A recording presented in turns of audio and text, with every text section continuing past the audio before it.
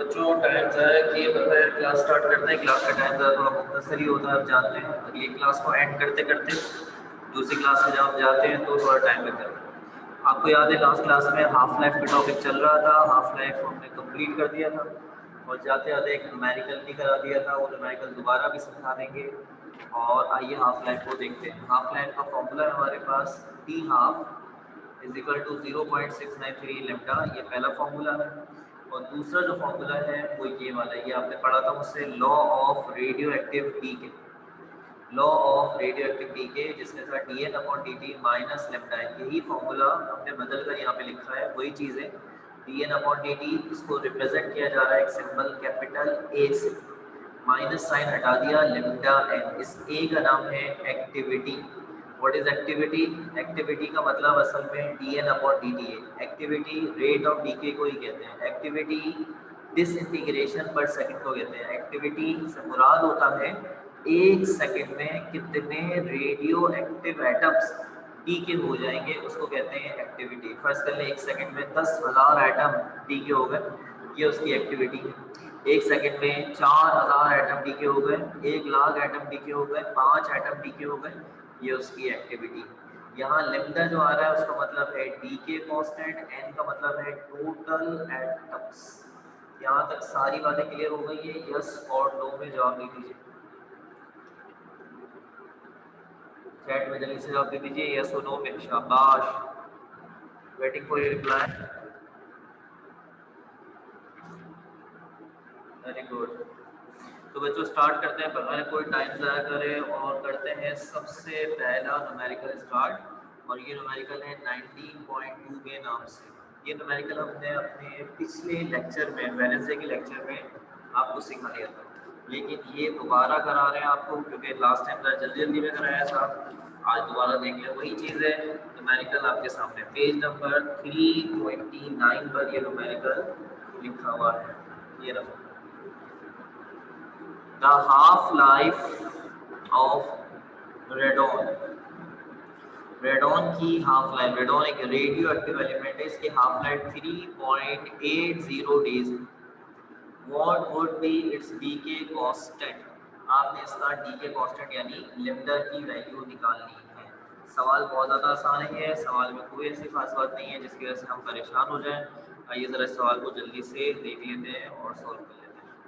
सबसे पहले हमें हाफ लाइफ दी गई है, हाफ लाइफ की वैल्यू है 3.80 डेज। तो याद रखिएगा एक दिन में 86,400 सेकंड होते हैं। एक दिन में 86,400 सेकंड होते हैं। 3.80 को 86,400 से मल्टीप्लाई कर दें, 3.28 10 टू पावर 5 सेकंड आ जाएगा। आपने डी के कांस्टेंट लेमडा निकालना है। फॉर्मूला लगाया T half is equal to 0.693 lambda, cross multiply करें दोनों, ये वहां चला गया, ये इधर आ गया। 0.693 की वैल्यू रखी आपने यहाँ पर, टी हाफ की वैल्यू रखी, दोनों को डिवाइड किया, 2.11 10 टू पावर -6। और यूनिट जो लेमडा की होती है वो वही यूनिट होती है जो हाफ लाइफ की होती है। हाफ लाइफ आपने नामा था सेकंड में, ये भी सेकंड में, बट क्या लग जाएगा पर, यानी -1 पावर। तो इसकी यूनिट होगी पर सेकंड। यहाँ तो ओके है, ये हमने लास्ट टाइम करा दिया था, लेकिन एक बार तो दोबारा आपके सामने ओके कर दीजिएगा यहाँ तक, शाबाश जल्दी से।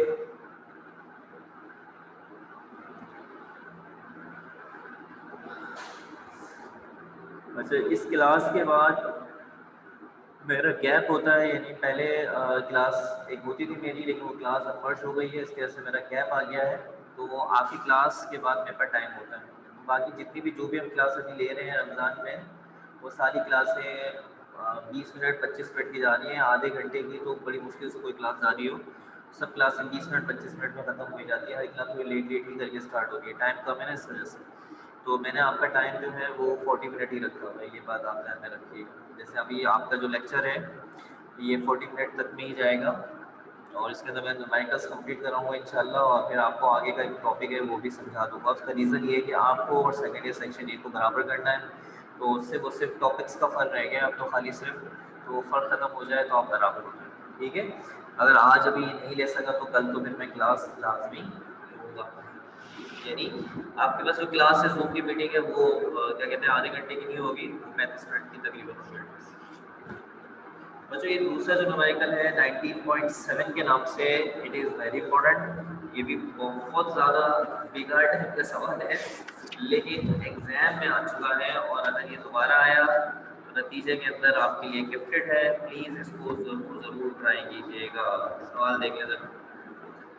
सवाल है, if the number of atoms per gram of radium is 2.666 10 to power 21।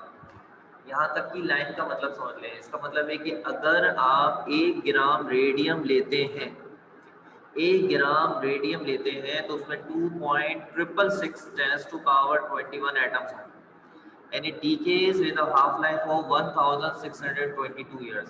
और रेडियम की जो हाफ लाइफ है वो 1622 साल है।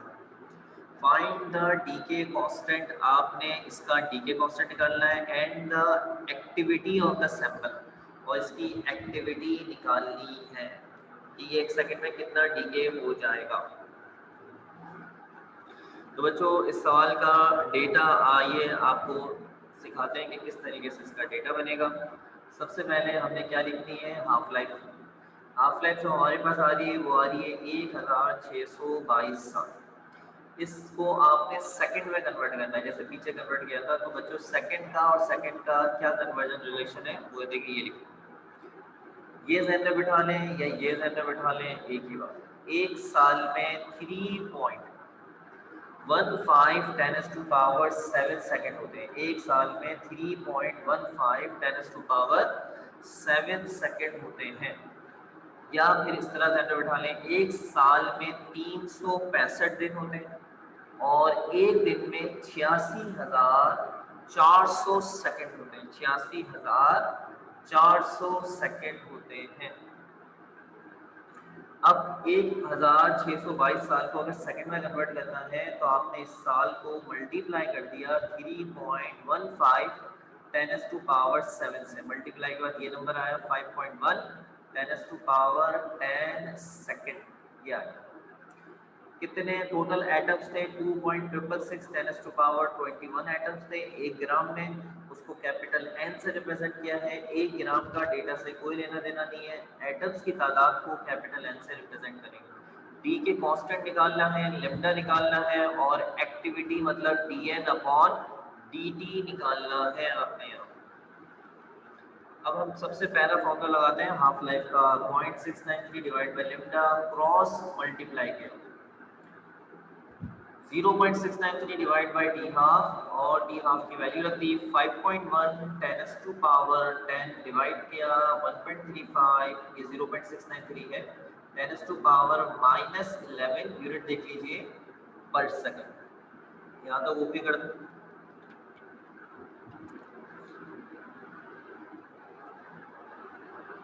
वेरी गुड, बाकी बच्चे भी ओके कर दे। शाबाश।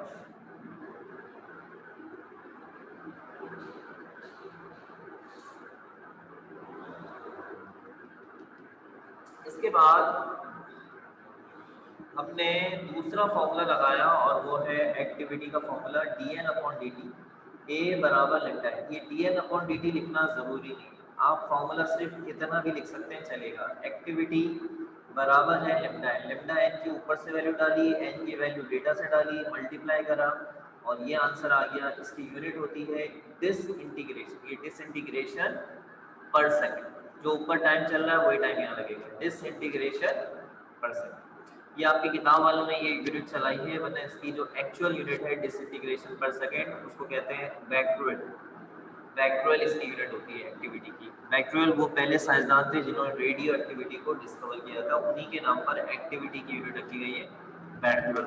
इसके अलावा भी यूनिट है इसकी रदरफोर्ड, क्यूरी, ये भी यूनिट्स हैं, लेकिन आपके कोर्स में यूनिट्स को इस्तेमाल नहीं किया गया, इसलिए आप बैक्यूअल नहीं लिख सकते, डिसइंटीग्रेशन पर सेकंड ही लिखना पड़ेगा।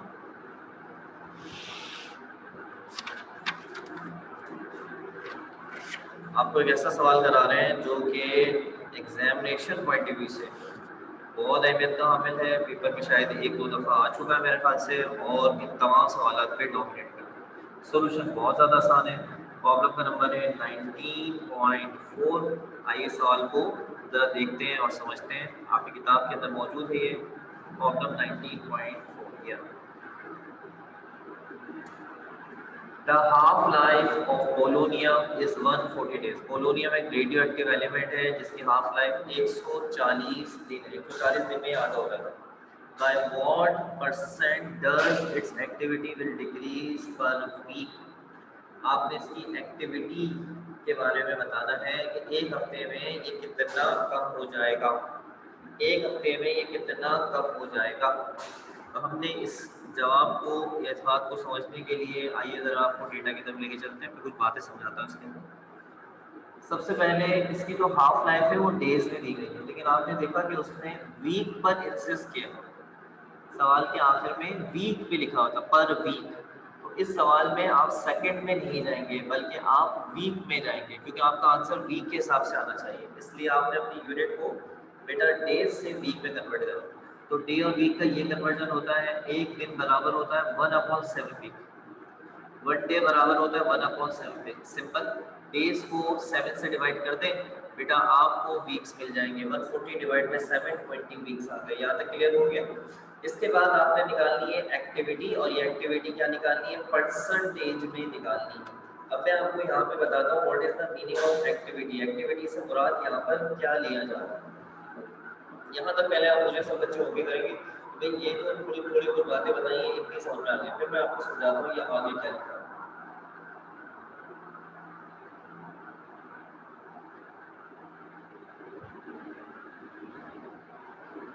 ठीक है बच्चों, वेरी गुड, शाबाश बच्चों। पोलोनियम 100% है मेरे पास। फर्ज कर ले मेरे पास पोलोनियम है 100%। अगर मैं इस पोलोनियम को 20 हफ्ते के बाद जाके चेक करूंगा तो मुझे ये पोलोनियम 50% मिलेगा, क्योंकि ये 20 हफ्ते असल में इसकी हाफ लाइफ है, और हाफ लाइफ में जो क्वांटिटी होती है 50% रह जाती है, आधी रह जाती है। तो ये बात तो तय है, हर बच्चा इस बात से एग्री करेगा कि 20 हफ्तों के बाद अगर मैं पोलोनियम को जाके चेक करता हूँ तो मुझे 100% से 50% मिलेगा। लेकिन अगर मैं एक हफ्ते बाद चला गया तो क्या ये एक हफ्ते के अंदर कुछ कम नहीं हुआ होगा? तो जवाब है बिल्कुल कम हुआ होगा। रेडियो एक्टिविटी हो रही है, कम हुआ होगा। कितना कम हो गया होगा ये एक हफ्ते में, वही हमसे सवाल पूछा जा रहा है। एक्टिविटी निकालनी है इन परसेंटेज, और इसमें निकालनी है पर वीक। इसमें निकालनी है पर वीक। अगर 20 हफ्तों के बाद जाऊं मेरे बच्चों, 20 हफ्तों के बाद मैं जाता हूँ ना, ये तो तय है कि मुझे ये 50 मिलेगा, 50% मिलेगा। लेकिन अगर मैं एक हफ्ते के बाद चला गया तो ये कितना होगा ये मालूम करना है। अभी मतलब दोबारा दोबारा होगी चाहिए मुझे, क्योंकि हाँ आप ये कहेंगे भाई सवाल का मतलब समझ में आ गया है। सोल्यूशन इसका बिल्कुल बच्चों वाला, बिल्कुल ही बच्चों वाला सोल्यूशन है इसका।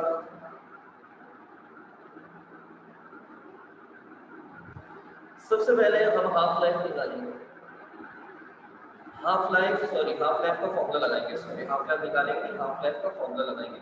हाफ लाइफ का फॉर्मूला लगाया, क्रॉस मल्टीप्लाई करा, लिम्डा को हमने यहाँ पे सॉल्व करके निकाल लेना है। और जो लिम्डा हमारा यहाँ पे सॉल्व होके निकलेगा वो निकला 0.034 यूनिट। देखें जरा, अगर हाफ लाइफ आपकी वीक में है तो बेटा लिम्डा किसमें होगा, पर वीक। अगर हाफ लाइफ आपकी सेकंड में होती पर सेकंड, मंथ में पर मंथ, वीक में पर वीक। ये बात ध्यान में बैठा, ठीक है। अब आपने एक्टिविटी का फॉर्मूला लगाया। एक्टिविटी का फॉर्मूला होता है dn/dt बराबर है a लिम्डा। तो लिम्डा की वैल्यू तो ऊपर वाली मैं रख दूंगा, लेकिन n का क्या करूं? तो मैंने n यहाँ खुद सपोज कर लिया कि n से मुराद है टोटल आइटम जो शुरू में कितने थे 100%। n से मुराद है टोटल आइटम्स जो शुरू में कितने थे 100%। लिम्डा की वैल्यू मैंने ये डाली, n की जगह 100% मल्टीप्लाई करा, देखिए एक्टिविटी का आंसर आ गया 3.4%। और साथ में वही यूनिट लगाई जो मैंने पीछे आपको सिखाई थी। क्या यूनिट थी? डिसइंटीग्रेशन पर सेकंड ही आएगा, क्या आएगा, वीक। यानी एक हफ्ते में ये 3.4% डीके हो जाएगा। बताइए यहाँ तक क्लियर हो गया? n को 100% लेना समझ में आ गया? हमने खुद सपोज करके लिया है n इज इक्वल टू 100% और इससे मुराद है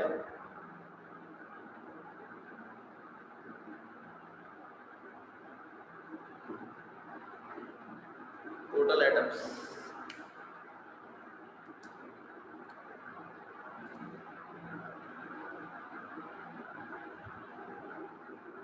वेरी गुड,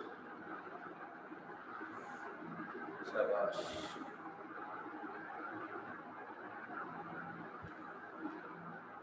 अच्छा बेटा, यही वाला सवाल जो है वो आपने खुद ट्राई करना है घर पे। ये एग्जाम में आया था, प्रैक्टिस है।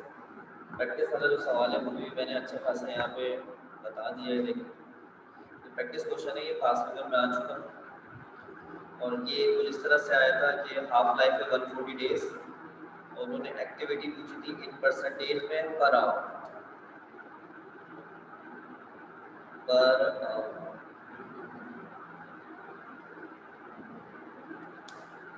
एक्टिविटी पूछी थी इन परसेंटेज पर आवर।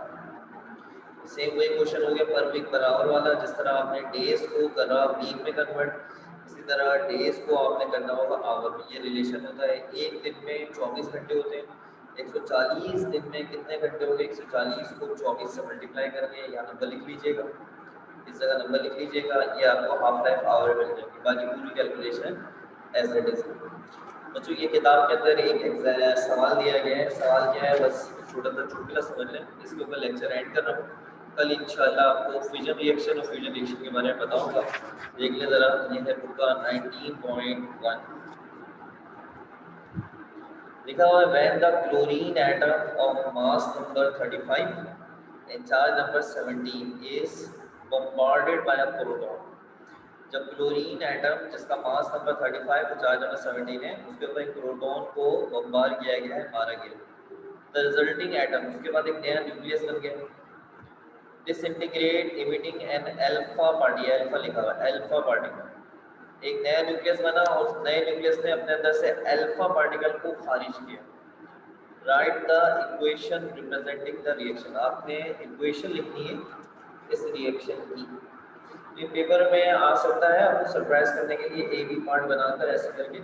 इसको मजीद देखना चाहे तो 19.1, 19.2 और 19.3 एग्जाम्पल आप होमवर्क के तौर पर ट्राई कर सकते हैं।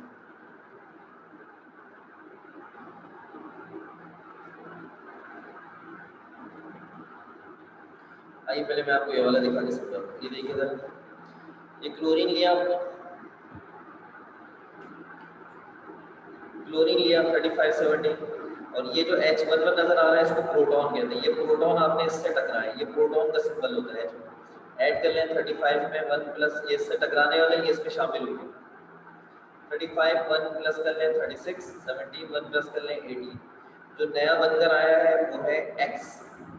इस X को अगर हम पीरियोडिक टेबल से देखते हैं तो कौन बच्चा बताएगा कि 18 एटॉमिक नंबर वाला कौन होता है? तो बच्चा बता सकता है, शाबाश। 18 एटॉमिक नंबर वाला पीरियोडिक टेबल में कौन सा एलिमेंट है?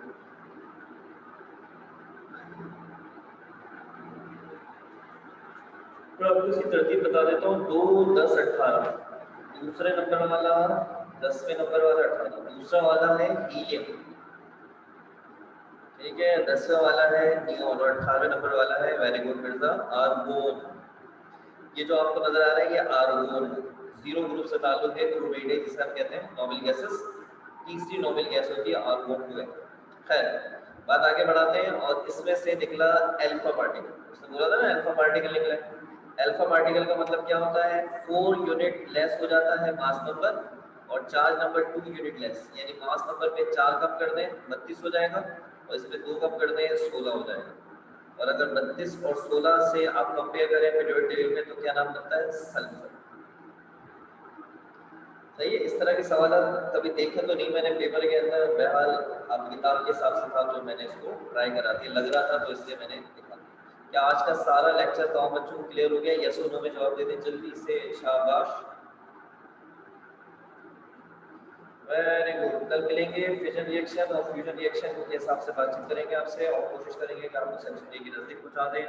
अपना अपने घर वालों का ख्याल रखिएगा। मैनेजमेंट की 2 अनाउंसमेंट है, उन्हें सुन ले जाइए। अपनी फीसेस 5 मई तक सबमिट करा दें लाजमी। ठीक है। और साथ ही साथ में ग्रैंड टेस्ट के लिए अपनी रजिस्ट्रेशन करा कर ग्रैंड टेस्ट किट भी हासिल कर लीजिए, आगे आपकी तैयारी के मामला बेहतरीन तरीके से चल सकें।